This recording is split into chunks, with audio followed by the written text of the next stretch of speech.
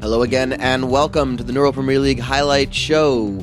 Match Day 8 is in the books. Here are the games. Here are the highlights. It's a top four battle as Shortcastle head to Rudsdorf Porker Stadium to face Hamworth, and the Herons got things underway immediately through Nathan Cannon, heading this one home past Timo McGill for the opener.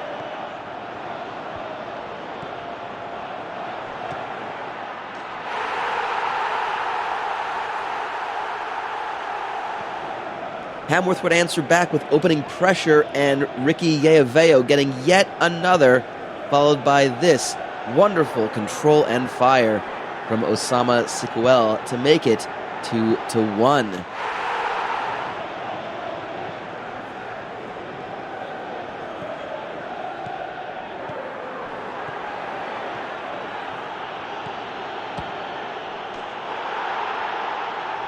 Shortcastle would equalize in the 34th minute through Luke O'Reilly firing home this shot from point-blank range, but Hamworth had yet another answer from YEAVAYO. Ball played over the top, and he gets his 12th goal of the season. No one can stop him at the moment.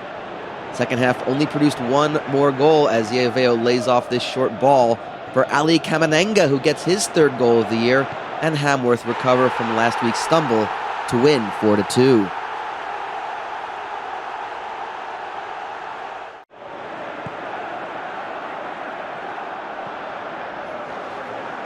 A battle of last year's top two teams, both hanging around mid-table. Rake Town have won their last two. Godmonmouth Greenford haven't won in their last three. And Rake Town start the party through who else? Gareth Cannon. After 5 goals last week, he opens up the scoring with this header 4 minutes in.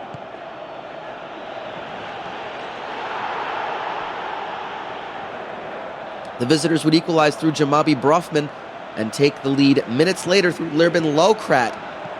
32nd minute, and we're tied once more. Cannon yet again. 7 goals in 2 games. But he'd need help from his team, and it just wasn't there today.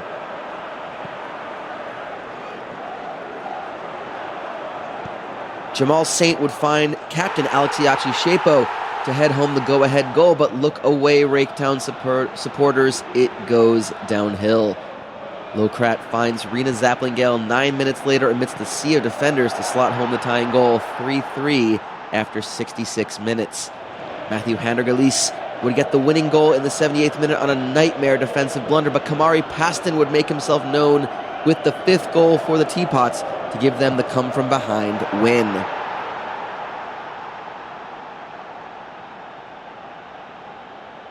Well, you don't often say must win in round 8, but when it's the Wemston Derby, you do. Reamp versus Reen, 13th versus 12th, with both sides needing a result.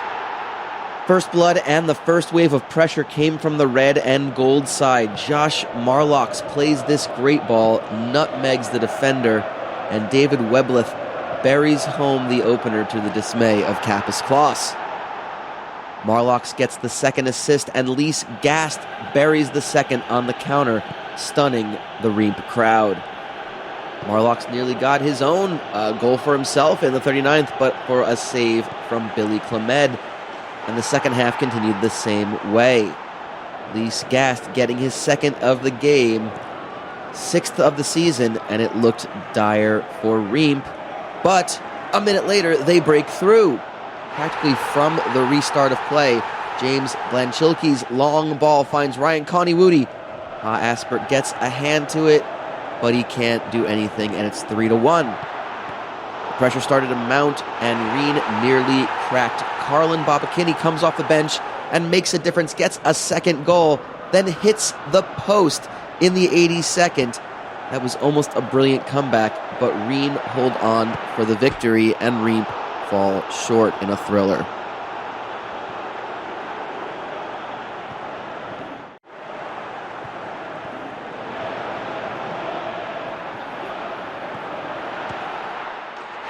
Broome continue to shine with a 4-1 win over Blutton United. Harrison Searchins nets a pair with a goal apiece from Adam Karwu and Tyler Kosoloff. Kosoloff is on 8 for the season already.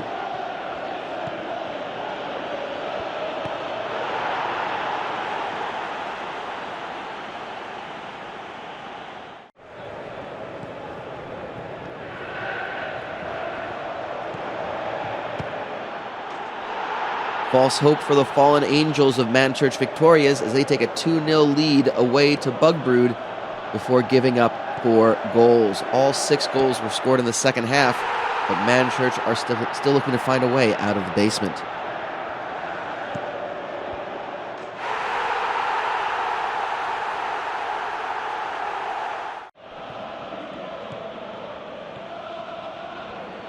And if you're a fan of defense, you're not going to enjoy this one. 11 goals in the game between Cumble-Sumsterworth and Chewsworth. Chewsworth were chasing the entire game until making it 4-4 at the hour mark.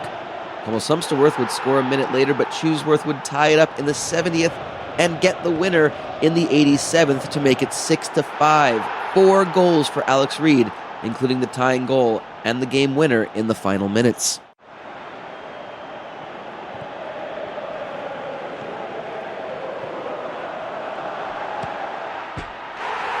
Hurley United's incredible start continues on with their 6th straight win, a 3-1 victory over St. Cuthbert's Lane Athletic. The sides were tied 1-1 at the half, but 2 goals from the home side were enough to extend their unbeaten streak to 7.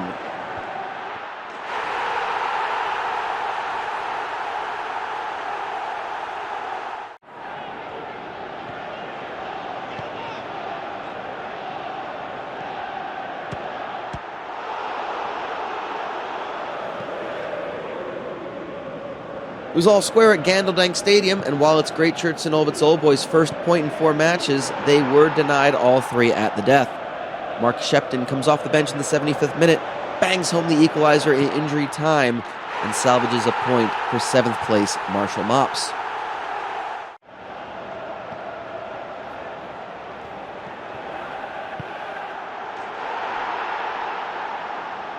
More late drama at the H. Wet Centre, leaving the home fans happy.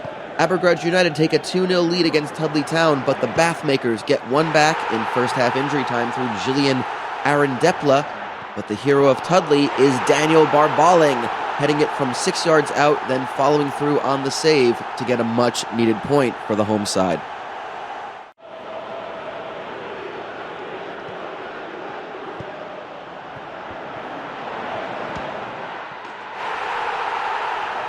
And last but not least, first versus last, Wattrinchester City easily handled Butch-Pudover Pegasus, who continue to struggle despite 2 goals from Mui Foner.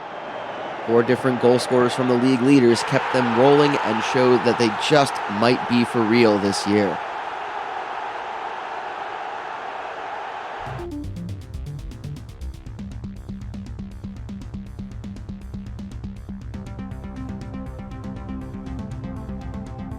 Well, those are the results. Let's have a look and see what it does to the tables after 8 games.